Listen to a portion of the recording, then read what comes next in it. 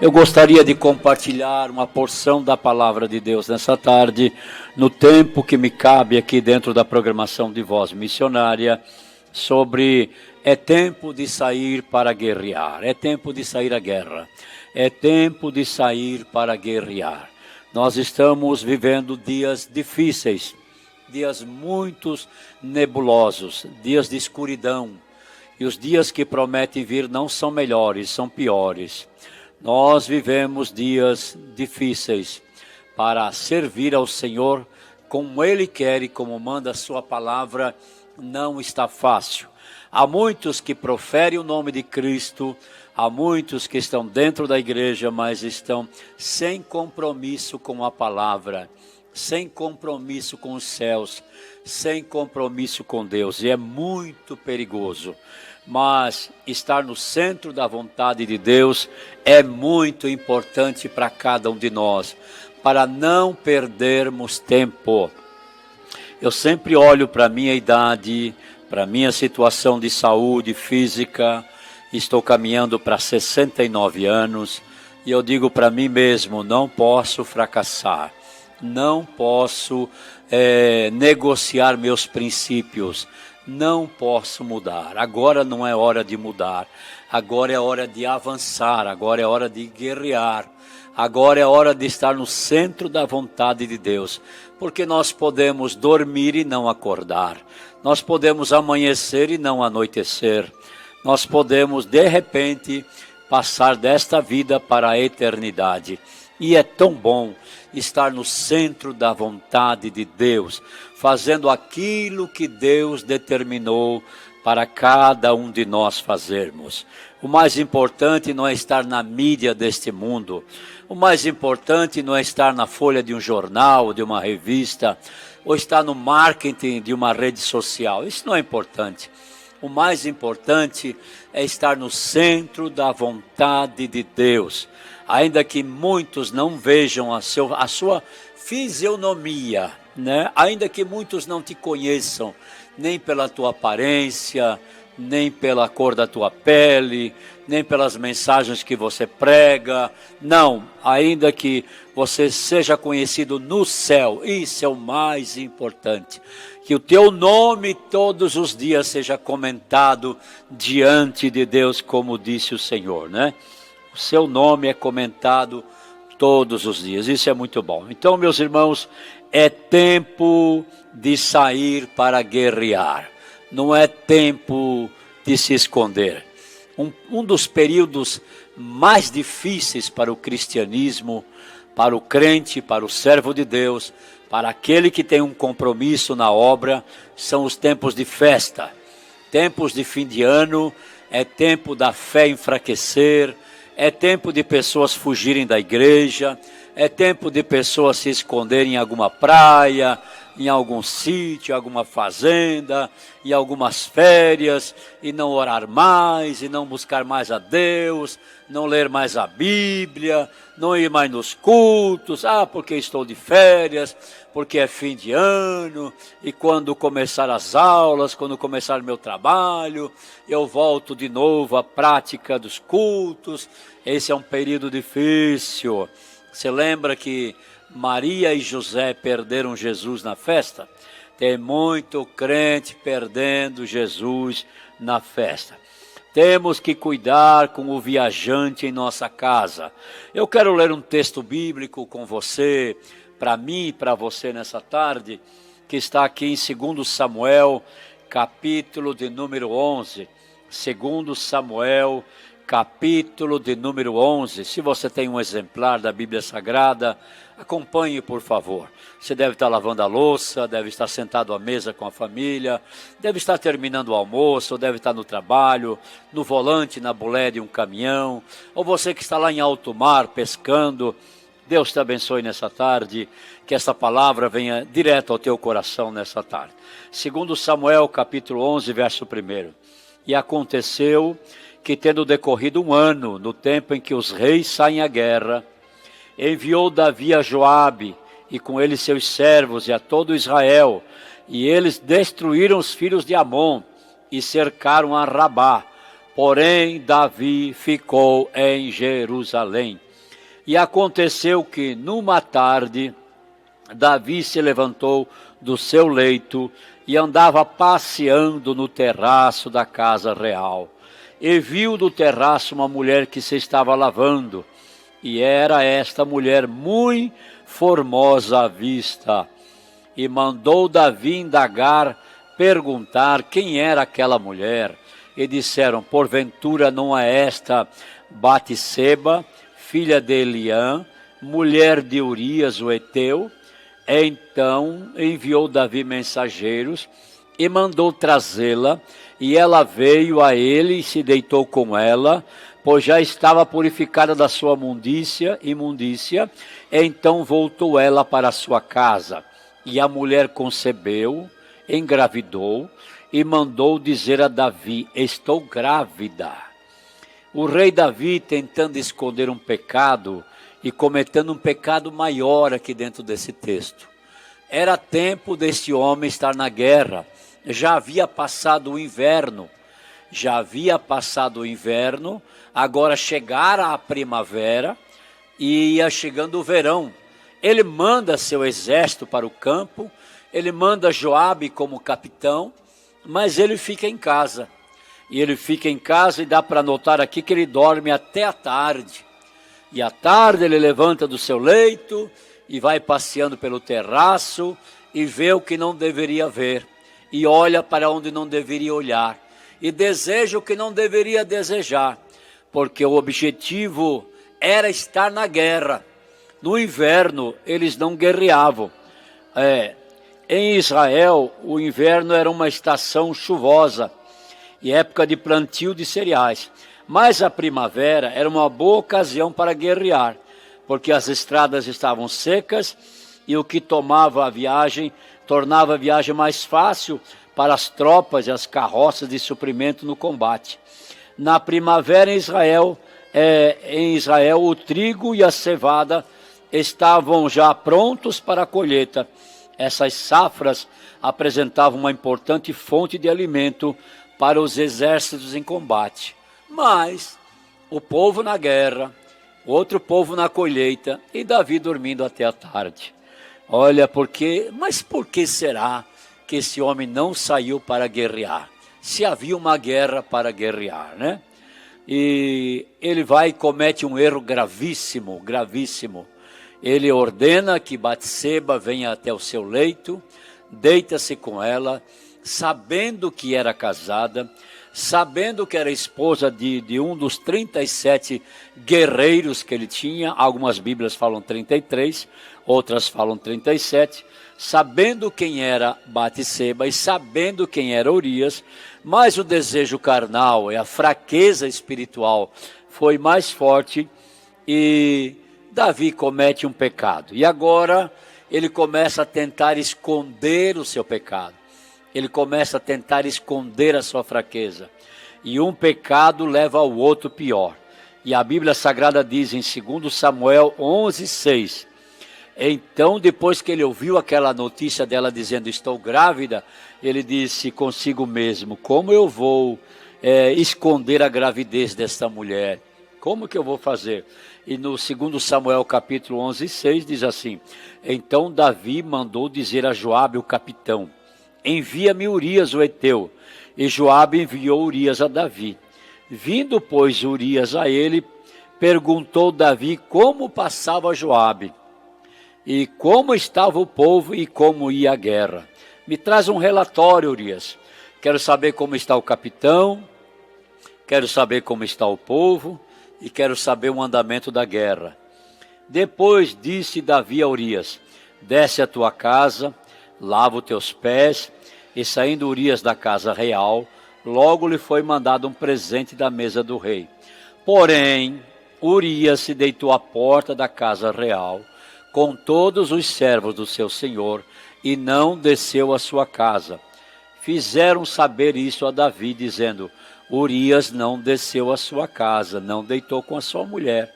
Então disse Davi a Urias: não vens tu de uma jornada?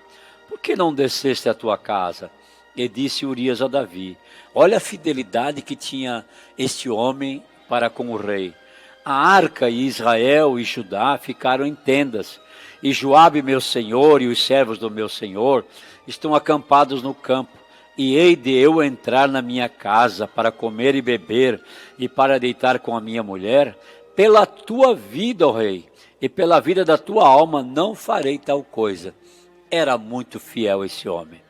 Então disse Davi a Urias: demora-te aqui ainda hoje, e amanhã te despedirei.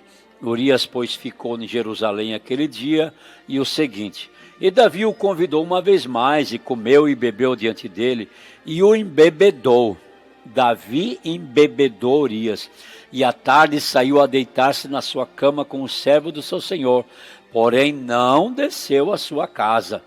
E sucedeu que pela manhã, Davi escreveu uma carta a Joabe, e mandou-lhe por mão de Urias. Escreveu na carta dizendo: olha só, Urias leva a sua própria sentença de morte, uma carta lacrada.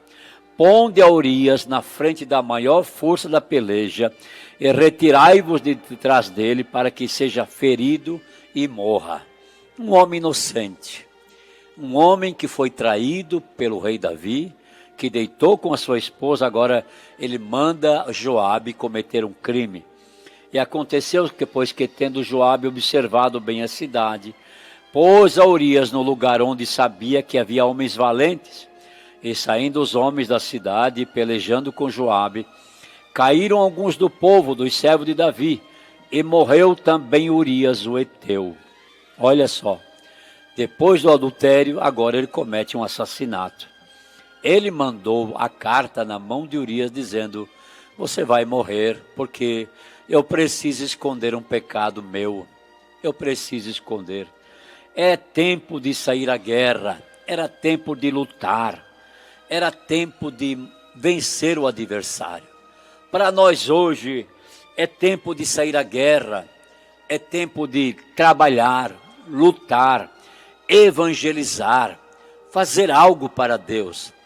Mas eu prego para algumas pessoas nessa tarde que se assentaram à beira do caminho, que pararam de orar, que pararam de estudar a Bíblia, que pararam de contribuir, de dizimar, de ofertar, de interceder, e estão aí tentando satisfazer a fraqueza da sua carne.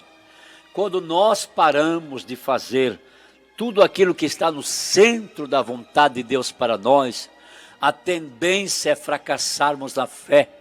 A tendência é nós deixarmos o pecado entrar na nossa casa, na nossa vida. E isso é muito perigoso. É perigoso para um pai de família, porque a família o observa. É perigoso para uma mãe, é perigoso a um pastor, a um evangelista, a um presbítero, a um diácono, a um líder de departamento, o fracasso espiritual. Porque temos centenas de pessoas que olham para nós, que olham para a nossa decadência espiritual. Nessa tarde eu venho trazer a você uma palavra de alerta. Cuidado com esse momento de fraqueza.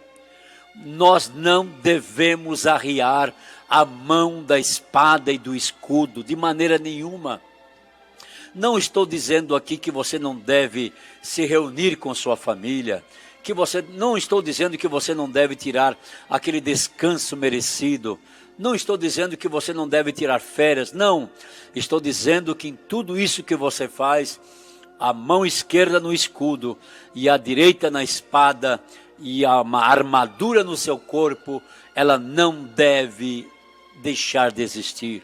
Você deve estar sempre alerta, sempre disposto, sempre com a mente voltada para o céu e para o centro da vontade de Deus na tua vida.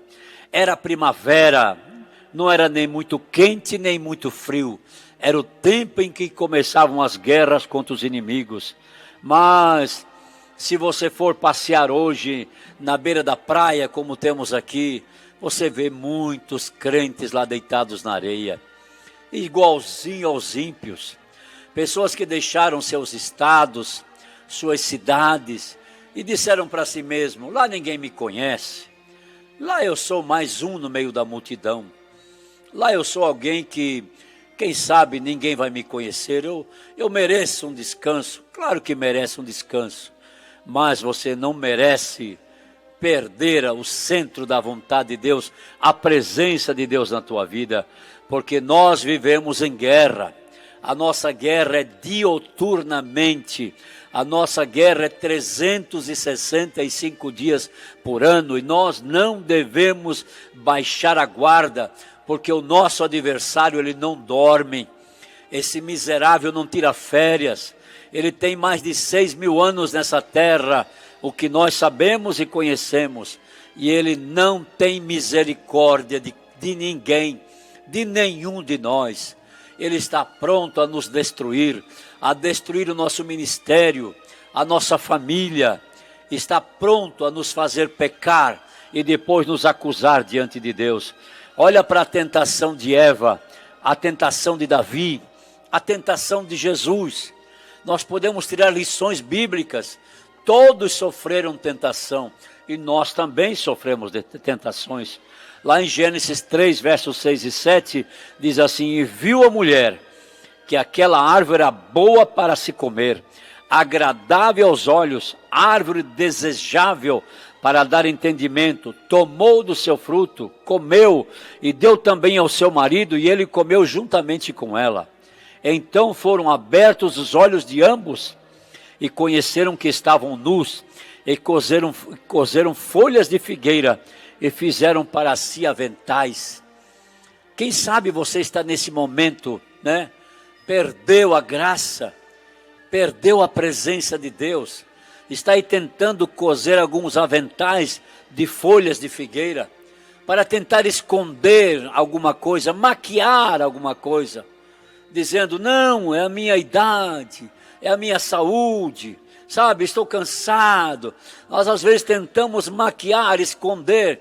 Não estou gostando mais da minha igreja, não gosto mais do meu pastor, não gosto mais desse ministério. E inventamos uns aventais, sabe, assim, aqueles aventais de figueira, para tentar esconder a glória de Deus que se foi da nossa vida. Porque quando estamos cheios da presença de Deus, da glória de Deus, não importa a igreja, não importa o pastor, não importa o ministério, o que importa mesmo é a presença do Espírito Santo. Mas quando perdemos a presença do Espírito Santo, estamos como Eva e como Adão. Deus falou para Adão, não coma, Adão. Eva ouviu o que Deus falou para Adão. E depois vem a serpente e fala para Eva, não é bem assim, Eva, né? Deus falou com Adão, porque era o cabeça, Eva ouviu. Agora Satanás não vai diretamente em Adão, ele vai na parte mais fraca. Por que será? Por que será que Satanás nunca ataca o mais forte da casa? Por que será que ele ataca os mais fracos? Por que será que quando o povo de Israel saía do Egito, os amalequitas nunca atacavam a dianteira do povo de Israel? Sempre atacavam lá a retaguarda. Porque lá iam as mulheres, as crianças, os enfermos, os mais idosos, os que não guerreavam, e lá atrás. E Satanás sempre procura aqueles que estão mais frágeis na fé. E eu digo para você nessa tarde, cuidado com as tentações, cuidado com as provas, cuidado com os momentos difíceis. 4 pecados de Davi. O primeiro está no Salmo 42, verso 7. Um abismo chama outro abismo. Um tropeço chama outro tropeço. Ao ruído das tuas cachoeiras, todas as tuas ondas e tuas vagas têm passado sobre mim. Ele começou a sentir. A Bíblia Sagrada diz que levou 1 ano para ele começar a entender. Davi pecou, aquela mulher engravidou, aquela mulher gerou uma criança. Mas aquela criança começou a ficar doente. Às vezes é o galo que está cantando na nossa casa. O que é isso, pastor? Você lembra que Jesus falou para Pedro? Antes que o galo cante, 3 vezes me negarás. E quando Pedro ouviu o galo cantar, ele já havia negado Jesus 3 vezes. Às vezes o galo tem que cantar, para a gente entender e compreender que nós negamos a fé, que nós negamos o ministério, que nós negamos as experiências com Deus, que nós negamos a nossa salvação. E o galo canta o desemprego, a contenda dentro de casa, a doença, a enfermidade. Às vezes é o galo que está cantando. Deus tem seus meios de nos avisar. Você saiu do centro da minha vontade. Você não é mais o mesmo. Você não é mais a mesma. Você está relaxando na fé. Você deveria estar no campo guerreando. Você está escondido aí nesse canto. Eu estou fazendo você alertar, abrir os teus olhos, o teu entendimento. É o galo que está cantando, né? O adultério de Batseba foi o primeiro pecado. Primeiro, ele olhou, desejou, mandou ela trazer e deitou com ela por querer o rei. Será que não praticamos algo parecido hoje em dia? O segundo pecado foi engano ao encobrir o pecado. Quem de nós poderá esconder de Deus as nossas fraquezas? Como que nós queremos dizer que Deus não viu, que Deus não vai ver? Nós estamos nos enganando a nós mesmos. Será que não estamos escondendo algum pecado da nossa vida? Por isso a nossa vida está essa desgraça? Me coloco no teu lugar. O terceiro, ele embebedou a Urias para que fosse para casa e deitar com sua esposa e dizer, não foi o rei que deitou com ela, foi você, lembra? Você um dia chegou bêbado aí, né? Envolver outras pessoas em nossos pecados. O primeiro foi adultério, o segundo foi engano em encobrir, o terceiro foi embebedar o marido da esposa. Vai para casa, rapaz, deita com tua esposa, né? Vai lá, cobre o meu pecado, cobre o meu erro, envolver outras pessoas no meu pecado. E o quarto foi, mandou assassinar, fazendo que morresse na batalha. Será que não matamos alguém com palavras? Será que as pessoas já não estão sendo usadas por Deus para nos alertar e ainda queremos nos levantar contra elas? E estamos aí tentando matá-las com palavra. Mas veio as consequências sobre a vida de Davi. E essas consequências são terríveis, meus irmãos. Como dói as consequências do nosso pecado. Porque nós sabemos que não devemos errar. Nós sabemos que estivéssemos na batalha, na guerra, ainda que seja árdua, cansativa, ainda que venham chorar lágrimas de sangue, ainda que venhamos sofrer no campo, mas estamos no centro da vontade de Deus, isso é o mais importante. Estou cansado, mas estou fazendo a obra de Deus. Eu não tenho mais tempo, mas estou fazendo a obra de Deus. Eu não consigo descansar, mas estou fazendo a obra de Deus. Não consigo passear, mas estou fazendo a obra de Deus. Isso é o mais importante para nós. Isso é o mais importante. As consequências. Deus sempre teve e sempre terá profetas para alertar os seus servos. Escute, Deus sempre teve e sempre terá profeta para alertar aqueles que Ele tem obra na sua vida. Eu quero ser profeta de Deus nessa tarde para você, para te ajudar. Nós não viemos aqui expor publicamente o pecado de ninguém. Nós viemos pregar uma palavra que é tempo de sair à guerra, não é tempo de se esconder. Segundo Samuel capítulo 12, do verso 1 ao verso 11, diz assim: E o Senhor enviou Natã a Davi, e apresentando-se ele a Davi, disse-lhe: Davi, posso contar uma parábola para você? Pode, Natã. Tu é um homem de Deus, pode falar. Havia numa cidade 2 homens, um rico e um pobre. O rico era Davi e o pobre era Urias. O rico possuía muitas ovelhas e vacas, mas o pobre não tinha coisa nenhuma senão uma pequena cordeira. Batseba era a pequena cordeira, que comprara e criara, e ela tinha crescido com ele, com seus filhos. Do seu bocado comia, do seu copo bebia, e dormia em seu regaço, e a tinha como filha. E vindo um viajante, aqui está o cerne, o centro, a chave de toda a mensagem. Um viajante. É aqui que eu quero parar com você, e vou completar e terminar a minha reflexão. E vindo um viajante ao homem rico. O viajante não foi na casa do pobre, foi na casa do rico. E deixou esse de tomar uma das suas ovelhas e das suas vacas para assar para o viajante que viera a ele, e tomou a cordeira do homem pobre e a preparou para o que viera a ele. Então o furor de Davi se acendeu em grande maneira contra aquele homem e disse a Natã: vive o Senhor, que digno de morte é o homem que fez isso. É o nosso senso de justiça. Nós temos dentro de nós, humanos, um senso de justiça terrível, irmãos. Você deve morrer, mas eu vivo. Você é mau, eu sou bom. Você é imperfeito, mas eu sou perfeito. É nosso senso de justiça. E Davi, nessa hora, acendeu um senso de justiça. Natã, como é que pode esse homem rico fazer uma coisa dessa, Natã? Esse homem devia matar uma das suas ovelhas por viajante, uma vaca, um bezerro cevado. E não devia ter ido lá na casa do pobre, matar a única cordeira. Natã, esse homem deve morrer. E pela cordeira, Natã, ele deve ser dado quadruplicado, porque fez tal coisa e porque não se compadeceu.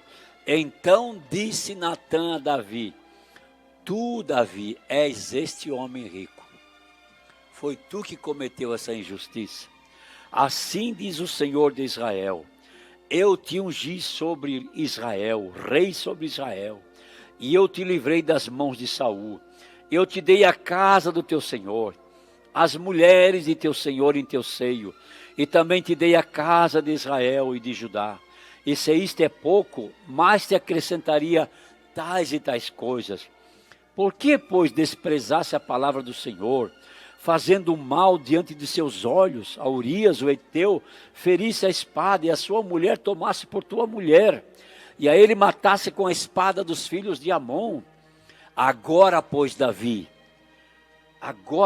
não se apartará a espada jamais da tua casa. Que sentença terrível. Vai haver morte no meio da tua família por causa disso. Porquanto me desprezasse e tomasse a mulher de Urias, a mulher de Urias, o Eteu, para ser tua mulher. Assim diz o Senhor: eis que suscitarei da tua própria casa o mal sobre ti. Foi Absalão, seu filho. E tomarei tuas mulheres perante os teus olhos, e darei ao teu próximo, o qual se deitará com tuas mulheres perante este sol. Porque tu hospedaste, Davi, um viajante na tua casa que não deverias ter hospedado. Esse viajante aqui é Satanás. Esse viajante que chegou na casa de Davi é um demônio que entrou na casa dele. Disse: Davi, rapaz, tu não precisa ir para a guerra não, tu é o rei, meu amigo. Tu manda, tu dá ordem. Fica aí quietinho, deixa que o povo se vire, vai descansar, vai passear, vai dormir até tarde. Quem disse que você precisa pegar na espada? O viajante começou, né? Vem cá, Davi, eu quero mostrar uma coisa bonita para você. Dá uma passeada aqui no terraço da tua casa. Dá uma olhadinha para a tua vizinha, Davi. Olha que coisa linda que é. Davi, tu é o rei, tu é o senhor de tudo aqui, rapaz. Tu manda nesse reino. Olha que coisa linda de mulher. Manda trazer, deita com ela, Davi. E o viajante foi aconselhando. O viajante foi dizendo: Davi, né? Um viajante vindo à sua casa mudou tudo em relação ao seu compromisso para com a guerra e a obra de Deus. Que perigo que nós corremos ou incorremos quando hospedamos esse viajante na nossa casa. Quando começamos com uma reunião, passamos para uma festa de uma noite, e uma folga de uma semana, e a férias de 2 meses, e 6 meses sem comparecer na Santa Ceia, e agora não temos mais clima para entrar na igreja. Então esse viajante, ele vai tirando o nosso foco, ele vai cegando os nossos olhos, ele vai arrancando do nosso coração o compromisso com a obra de Deus. O viajante pode ser a rede social, que você antes era prudente nela, hoje você se alimenta da rede social. Hoje você vive da rede social. Hoje você não consegue mais ler Bíblia, não consegue mais orar, não consegue mais tirar um dia de jejum, de consagração. Hoje a rede social é o maior compromisso da sua vida. Hoje o culto seu tem que ser pela rede social. Ali eles não pegam no meu pé, eles não pedem meu dízimo, nem minha oferta, sabe? Ali eu posso vestir o que eu quero, posso falar o que eu quiser, sabe? Então esse viajante pode ser a rede social. O viajante pode ser um namoro ilícito, sabe? Aquilo que o pastor já disse, cuidado, vigia. Não é para você, moça. Não é para você, homem. Não é para você, mulher. O viajante pode ser um casamento fora da vontade de Deus, fora do tempo de Deus, que você contraiu e agora está sofrendo. Esse viajante pode ter entrado junto. O viajante pode ser um comércio ou uma empresa que esteja ocupando todo o teu tempo e você não tem mais tempo para Deus. E você mudou completamente quando Deus começou a te abençoar.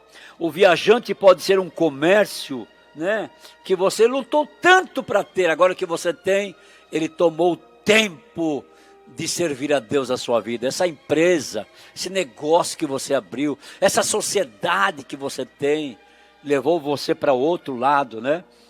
O viajante pode ser a negligência da nossa vida espiritual quanto a nossa chamada ou a vocação na obra de Deus. Que perigo que nós corremos quando nós hospedamos na nossa casa esse viajante. Esse viajante aconselhou Davi, dizendo, rapaz, não mata uma das suas ovelhas não. Pega do vizinho lá, mano. Pega lá, claro, rapaz. Você manda. Você é o cara, né? Você tem autoridade. Que nós começamos a dar ouvido ao viajante. Nós não olhamos mais para a palavra, não procuramos mais ouvir a voz de Deus. Por causa desse viajante, o resultado de lhe dar abrigo e tomar o seu tempo, ao invés de sair a guerrear, ele veio um prejuízo, ele veio a juízo da parte de Deus. Davi teve um duro julgamento, atingiu a sua vida pessoal, atingiu a sua família, atingiu a sua vida emocional, atingiu a sua vida moral, ele perdeu a moral, atingiu a sua vida espiritual, ele não era mais o mesmo. O Salmo 32, o verso de 1 a 4, ele conta que quando Natan sai da sua presença, ele começa a cair na realidade, e as enfermidades vêm sobre o seu corpo, e ele diz assim no Salmo 32, bem-aventurado aquele cuja transgressão é perdoada e cujo pecado é coberto. Bem-aventurado o homem a quem o Senhor não imputa maldade, em cujo espírito não há engano. Quando eu guardei silêncio, eu tentei esconder o pecado, envelhecer os meus ossos, pelo meu bramido em todo dia, sabe? Eu comecei a ter osteoporose, artrite, artrose. Olha, eu comecei a sentir dores nos meus ossos e não tinha diagnóstico, nem remédio que tirasse essa dor. Porque de dia e de noite a tua mão pesava sobre mim, a minha consciência estava pesada. Eu fechava meus olhos e dizia para mim mesmo, por que eu fiz isso? Senhor, por que eu tropecei? Por que eu errei?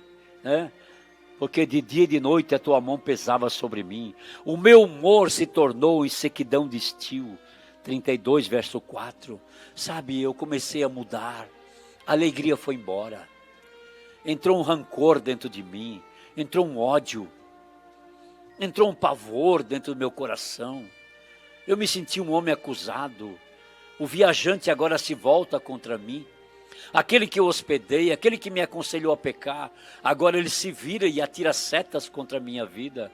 Isso Davi fala no Salmo 32. Até que ele cai na realidade e escreve o Salmo de número 51. Davi era um homem segundo o coração de Deus, porque ele reconhecia o seu erro, ele reconhecia o seu pecado, ele reconhecia a sua debilidade, a sua fraqueza. E ele sempre estava disposto a confessar o seu pecado. Então ele escreve o Salmo 51 dizendo, tem misericórdia de mim, ó Deus, segundo a tua benignidade. Apaga as minhas transgressões segundo as multidões das tuas misericórdias. Pega esse miserável aqui, Senhor, e coloca no teu coração. Eu errei, eu pequei, eu transgredi, eu adulterei, eu mandei matar, Senhor. Retira de mim o cetro, retira de mim a coroa, retira de mim tudo o que o Senhor quiser, mas não retires de mim o teu Espírito Santo. Esse era o homem segundo o coração de Deus. Salmo 51, verso 2. Lava-me completamente da minha iniquidade e purifica-me do meu pecado. Porque eu conheço as minhas transgressões e o meu pecado está sempre diante de mim. Contra ti somente pequei e fiz o que é mal à tua vista, para que seja justificado quando falares e puro quando julgares. Eis que em iniquidade fui formado, e em pecado me concebeu a minha mãe. Eis que amas a verdade no íntimo, e no oculto me fazes conhecer a sabedoria. Purifica-me com esopo, e ficarei puro. Lava-me, e ficarei mais branco do que a neve. Faze-me ouvir voz de júbilo e alegria, para que goze os ossos que tu quebraste. Esconde da tua face os meus pecados, e apaga todas as minhas iniquidades. Cria em mim, ó Deus, um coração puro, e renova em mim um espírito reto. Não me lances fora da tua presença, e não retires de mim o teu Espírito Santo. Torna a dar-me a alegria da tua salvação, e sustém-me com espírito voluntário.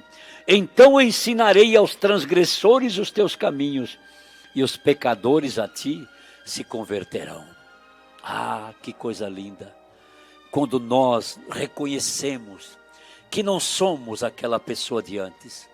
Como é lindo a gente poder voltar e dizer: Senhor, eu vou voltar à guerra, eu vou voltar à peleja, eu vou voltar à minha posição na tua casa, eu vou voltar à minha posição no ministério, eu vou me levantar nessa tarde, nessa noite ou nesta manhã, não sei onde você está me ouvindo, eu vou me levantar, Senhor, e vou pedir: Senhor, perdoa meus pecados, perdoa as minhas iniquidades, cria em mim um coração novo, reto, não retires de mim o teu Espírito Santo, renova em mim, Senhor, o teu Espírito Santo. Eu preciso da tua graça, eu preciso sentir de novo que o Senhor está na minha vida, que o Senhor não me abandonou. Eu expulso da minha casa esse viajante, eu expulso da minha mente esse viajante, eu expulso do meu ministério esse viajante, eu expulso da minha igreja, do meu departamento este viajante, eu expulso de todas as áreas da minha vida esse viajante, mas Senhor, renova em mim o teu Espírito Santo, renova em mim a tua presença. Que coisa linda, quando nós nos achegamos ao Senhor, Ele nunca mudou de posição, Ele continua de braços abertos dizendo: eu creio